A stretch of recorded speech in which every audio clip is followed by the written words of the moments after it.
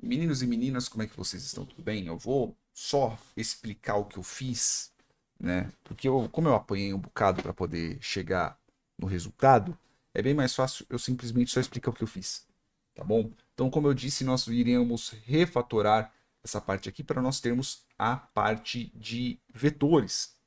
Então, o que eu fiz? Aqui eu importei o NumPy, né, que é essa outra ferramenta a qual nós vamos usar. E aqui eu simplesmente só joguei, né, tanto x quanto y para o meu NumPy. Só que aqui é um ponto. Como nós aqui eu tenho que voltar quais são as características, né, do meu x e do meu y.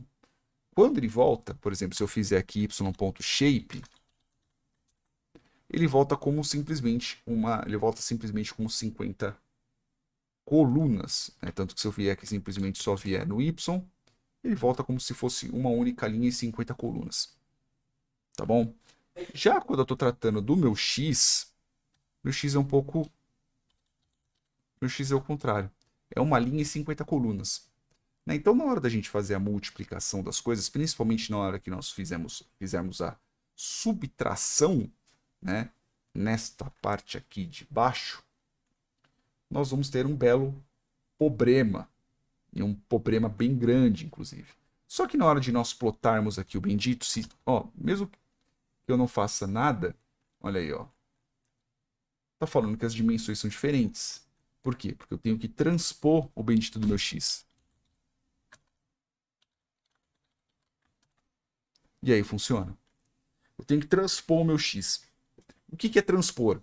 Transformar as linhas em colunas. Se eu tenho algo com 50 linhas, por exemplo, se eu vier aqui, veja que aqui eu tenho uma linha e 50 colunas. Ponto transpose ponto shape. Eu tenho que fazer o contrário. Então, eu tenho que transformar em 50 linhas, né? Que é exatamente isso que eu quero, e uma única coluna. Já meu y fica desse jeito. Né? Isso pelo menos pelo jeito que volta, tá bom? Eu tenho que fazer exatamente isso, porque senão não dá certo. Aqui nas funções, mantive a função de hipótese, porque afinal de contas, quando ele volta, ele vai voltar simplesmente só uma. Ele vai voltar um vetor, né? Ele vai voltar uma matriz de valores. Aqui, o y eu tive que transpor. Tá? Por que eu tive que transpor o y aqui? Porque senão vai voltar um valor muito grande. Porque na hora de fazer a subtração, ele não vai fazer a subtração simplesmente de linhas por colunas. Ele vai aumentar linha por coluna pra cacete. Tá? Então, tem que ser desse jeito. Você tem que transpor o y aqui. Né? E aí eu elevo ao quadrado e divido pelo tamanho. Aqui eu não precisei mudar. Tá? A única coisa que eu só mudei um pouquinho, que eu aumentei aqui o fator do meu h. De resto, eu não precisei mudar mais nada, porque afinal de contas, como a própria função hipótese ela já retorna um valor inteiro, ela já volta um valor, ela não vai voltar uma matriz, ela vai voltar um valor, então aqui pode se manter da mesma forma. Tá? Aqui nós estamos simplesmente tratando com θ0 e com θ1. Caso nós estivéssemos tratando com maiores dimensões, né, aí teríamos que fazer uma outra fórmula. Então, teremos que trabalharmos de algum jeito para termos essas diferenciações em cada uma das nossas variáveis. Beleza? Isso é uma coisa que nós temos que levar em conta. Ok? Tem que fazer um laço, alguma coisa do tipo, mas pelo menos por enquanto eu vou manter simplesmente só com esses dois. Aí na hora de eu voltar a função de custo, né, caso eu volte, ela vai me retornar um valor único, tá bom? Tanto que se eu vier aqui, fizer com esses dois, por exemplo, né, é que aqui ele vai reclamar que não dá para fazer operação de soma de um inteiro em uma lista. Mas isso por quê? Porque agora eu estou tratando de uma outra forma. Eu não estou tratando ele como listas, eu estou tratando ele como matrizes. Tá bom? Então, realmente não, realmente vai deixar de funcionar do jeito que estava. Na hora de eu fazer isso aqui, eu rodei aqui 500 vezes, né, do jeito que tá, para voltar o θ0 e o θ1.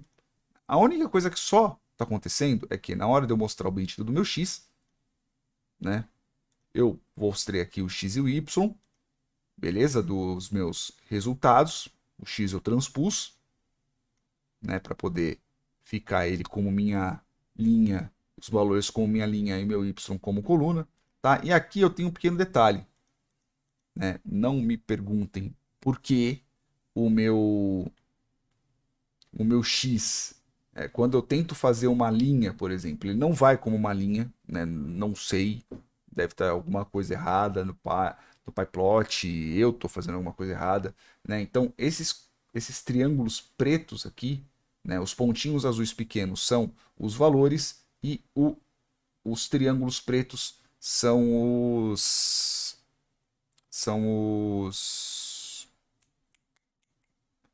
é o meu valor, né? Vamos dizer assim que é a minha linha, né? É o meu modelo, tá? Tanto que se eu aumentar, por exemplo, aqui, eu vou colocar para 150, por exemplo. Eu acho que 150 aí vai ficar um número legal lá, 150, por exemplo, tá? Aí na hora aqui, continua tudo a mesma coisa. Se eu simplesmente rodar 100 vezes, o que que tá dando? O x tem que ter a mesma dimensão, mas só que tá 150 por 150. Tá, então aqui, vamos ver se esse é meu primeiro. Não é meu primeiro, tanto que ele simplesmente plotou, tanto que ele plotou meu primeiro e meu segundo. Ele plotou o meu primeiro, na verdade. Então deixa eu tirar aqui o transpor desse bendito. E agora ele funcionou certinho. Mas aí o que aconteceu? Estourou alguma coisa na minha atualização dos meus valores aqui, né? O meu teto ele acabou estourando. Vamos deixar um valor menor, né? Se a gente coloca um valor menor, ele vai acabar ficando aqui nessa linha. Mas isso daí, pelo que eu vi, pelo menos pelo que eu andei vendo, é porque porque a minha função de custo ela não está batendo. Por exemplo, se eu voltar aqui, se eu rodar, por exemplo, minha função de custo do jeito que está, olha só, ela está voltando um valor absurdo. Por quê? Por causa deste bendito aqui, é do meu y. Vamos voltar aqui, vamos tirar o transpor dele. Ele está voltando em um valor muito grande. É porque na hora que faz a subtração de x e y, quer ver, ó, x menos y, aqui, olha só como ele volta. Então, se eu pegar aqui x ponto transpose, por exemplo, se eu transpor o meu x, ele volta certinho, né? Se eu transpor o meu x, ele volta certinho. Se eu transpor o meu y, ó, ponto transpose. Se eu transpor o meu y, olha como ele volta. Ele volta um monte de linhas, né? Porque o y, ele, na verdade, ele é um vetor, ele não tá me voltando como uma matriz, né? Então, vamos ver se eu consigo fazer aqui, ó. Eu vou colocar aqui e na hora que eu fizer aqui o y.shape, por exemplo, aí eu vou ter 1 por 150. Aí agora, bem provável que vá dar certinho. Vamos ver aqui agora. Acho que agora vamos ver se eu não vou precisar transpor esse bendito. Agora tá voltando um monte de bolinha, agora tá certinho. Vamos fazer aqui um x menos y. Tá acontecendo isso, vamos colocar um transpose aqui.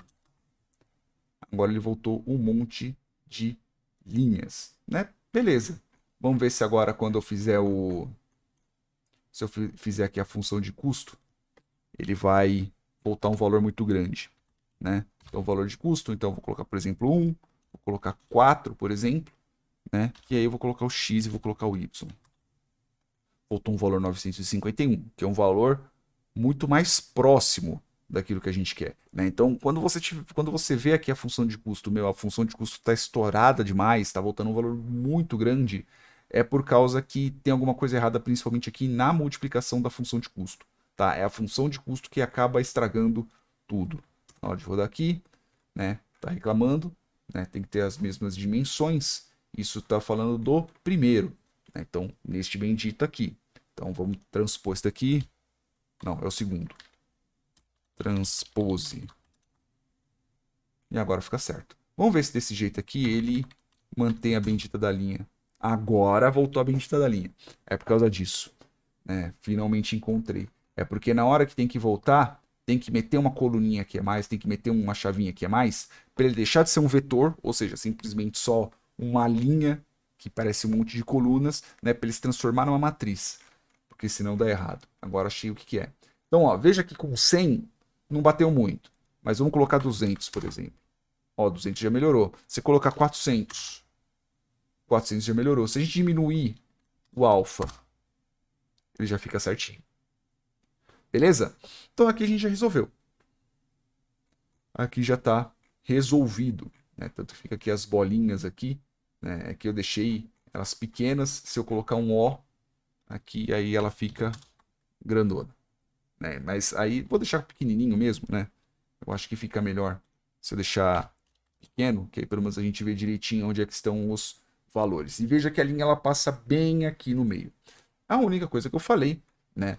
Caso nós estivéssemos mexendo com valores que fossem maiores, ou seja, tivesse uma dimensão maior, não só duas, como a gente está fazendo aqui, eu teria que pensar numa função ao qual, na hora que viesse os tetas, tanto os betas quanto. Na verdade, como a gente está falando sobre.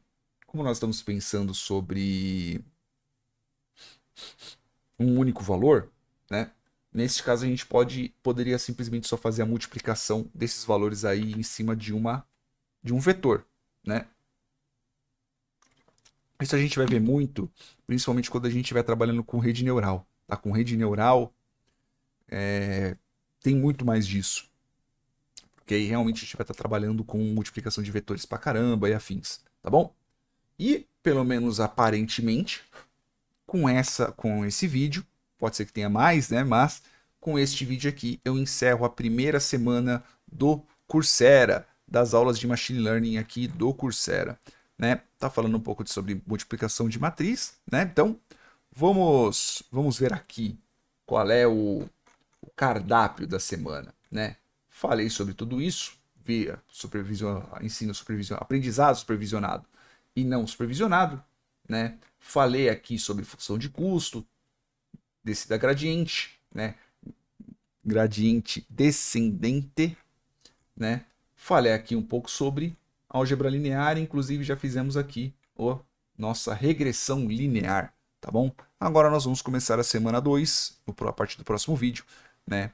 Que aí nós já vamos começar a falar sobre regressão linear multivariável, né?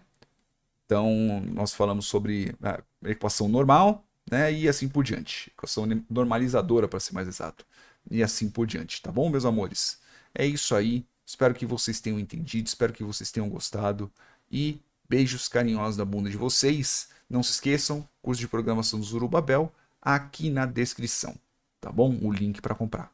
Beijos e até mais.